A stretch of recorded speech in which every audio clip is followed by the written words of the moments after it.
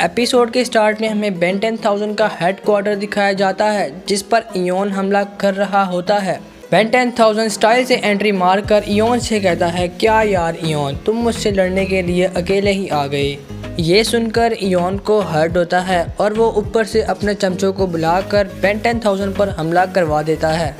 फिर Ben 10,000 ultimate हुमंगासोर में बदल जाता है। लेकिन मज़े की बात यह है कि बेन 10,000 की बॉडी तो इंसान की होती है, लेकिन उसमें पावर्स अल्टीमेट हुमंगासोर की आ जाती हैं। फिर बेन आर्टिकोनो में बदलकर सभी चमचों को फ्रीज कर देता है और उसके बाद हीट ब्लास्ट में बदलकर सभी को भून देता है। फिर इयोन बेन 10,000 को टाइम रे से मारने की कोशिश करता है, लेकिन तभी बेन क्लॉकवर्क में ट्रांसफॉर्म हो जाता है और इयोन से कहता है कि मेरे पास भी टाइम की ताकतें हैं और इयोन को टाइम रे से तबाह कर देता है। तभी वहाँ पर पैराडॉक्स आते हैं और बेन 10,000 कहता है कि क्या पैराडॉक्स, तुम सब कुछ खत्म होने के बाद आ रहे हो। तो पैराडॉक्स कहते हैं, क्या अभी तो सब कुछ शुरू हुआ है। फिर हम बेन, ग्वेन और केविन को देखते हैं। वो सब एक म्यूजियम की तरफ जा रहे होते हैं। म्यूजियम पहुंचते ही उनको एक जादुई सिंबल वाली प्लेट मिलती है जिस पर बेन जैसे ही हाथ लगाता है तभी वहां पर उसको शॉक लगता है और इयोन के चमचे बाहर आ जाते हैं। वो सभी उन सभी पर हमला करने लग जाते हैं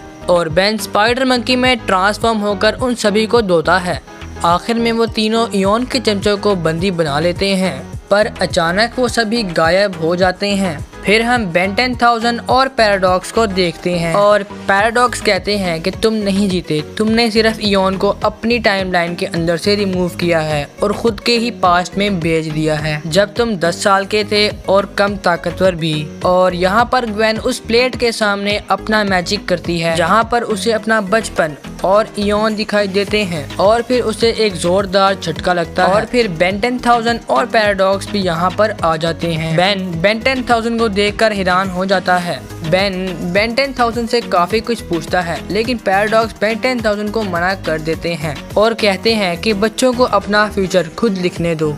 अगर हम इस मुसीबत इयोन को टाल दे तो और उस जादुई प्लेट को प्लेन के अंदर लोड करवा देता है। असल में ये प्लेट एक क्रॉस टाइम ट्रैवल गेटवे है और कुछ देर के बाद ही उस प्लेट के अंदर हलचल पैदा होती है। जब वो आते हैं तो देखते हैं कि इयोन के चमचे उस प्लेट के अंदर से बाहर आ रहे हैं। बेन यहाँ पे गूप में ट्रांसफॉर्म हो जाता है और बेन 10,000 भी एलियंस में ट्रांसफॉर्म होके इयोन के चमचों को पेलना स्टार्ट कर देता है। पायलट रूम में इयोन के चमचे प्लेन पर हमला करते हैं जिससे प्लेन का एक पंखा टूट जाता है और अब प्लेन क्रैश हो रहा होता है, लेकिन बेन 10,000 जेट रे में ट्रांसफॉर्म होके प्लेन को क्रैश होने से बचा लेता है। और बेन और ग्वेन बेन 10,000 से काफी इम्प्रेस होते हैं और बेन पूछता है कि तुम ये सब एलियंस में ट्रांसफॉर्म हुए बगैर कैसे कर लेते हो। तो बेन 10,000 कहता है कि जब से मुझे मेरा अल्टीमेट ट्रांसफॉर्मेशन मिला है बेन, तुम्हें आगे जाकर खुद ब खुद समझ आ जाएगी। पैराडॉक्स कहते हैं कि इयोन हर टाइमलाइन में जाकर वहाँ के बेन को मार रहा है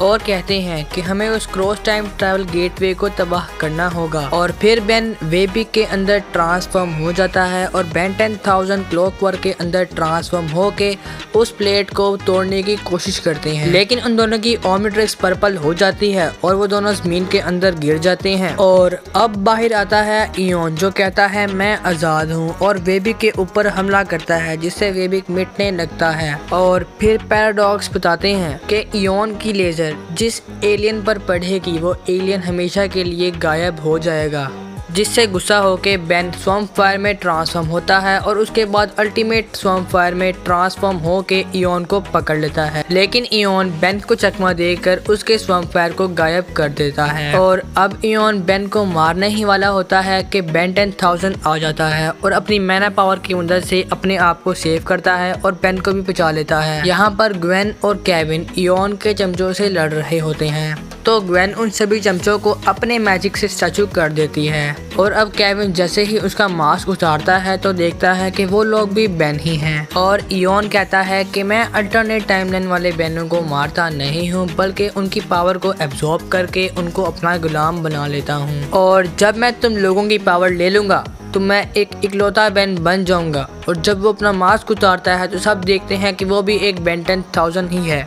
और फिर बेन 10,000 को इयोन को रोकने के लिए कहता है और जटरे के अंदर ट्रांसफॉर्म होकर उस प्लेट को तोड़ने लगता है। कुछ देर बाद जब वो प्लेट टूट जाती है तो इयोन अपने आप ही ब्लास्ट हो जाता है और बेन घायल होकर उठता है। तो पैराडॉक्स बताते हैं कि तुम्हारी वजह से इयोन मिट गया और जितनी भी टाइमलाइन में उसने गड़बड़ की थी वो थोड़ी देर बाद ही नॉर्मल हो जाएंगी। लेकिन इस चीज़ की बहुत बड़ी कीमत थी, तुमने अपने स्वॉर्मफायर और वेबिक को खो दिया। लेकिन बेन 10,000 बेन की अल्टीमेटर्स के अंदर वेबिक और कुछ और एलियंस ऐड कर देता है। तो बेन मास्टर कंट्रोल भी मांगता है, लेकिन बेन 10,000 उसे मना कर देता है और कहता है कि एजमंड मुझसे बहुत नाराज हो जाएगा। और फिर वो दोनों अपनी टाइमलाइन के अंदर वापस जाते हैं और इसी के साथ ये एपिसोड यहीं पर एंड हो जाता है। अगर वीडियो अच्छी लगी हो तो सब्सक्राइब करना, अगर ना भी लगी हो तब भी सब्सक्राइब करना। तो मिलते हैं नेक्स्ट वीडियो में। ओके।